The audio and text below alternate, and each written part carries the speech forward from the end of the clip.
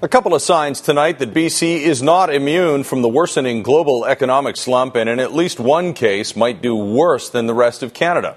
One new report predicts BC will record the biggest drop in housing sales this year of any province. Another says house prices across Canada will fall this year and may not recover by 2010. In Ottawa today, the Prime Ministers and Premiers hinted that new investment in infrastructure would counter the effects of the global recession.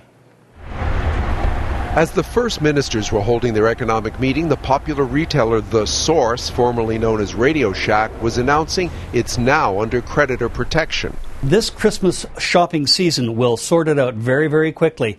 If things go badly, we could see a lot of blood on the floor.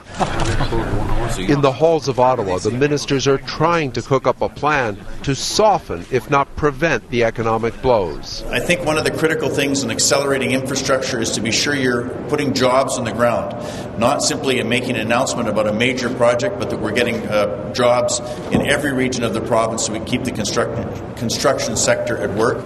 Somebody's going to need jobs and money to buy houses. There could be bargains, but then, if you're selling, the forecast is that BC is expected to see sales drop almost 29%, the biggest tumble in the country. And the following year, down 11%. Not only that, the prices next year could tumble 8%. Again, BC's predicted to be the worst in Canada.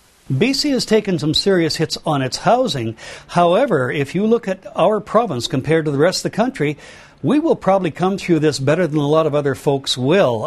In the 90s, we were the better off province compared to Ontario, Quebec.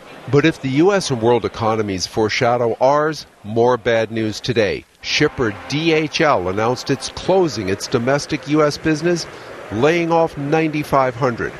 The U.S. bailout of insurer AIG is being restructured into a new $150 billion plan.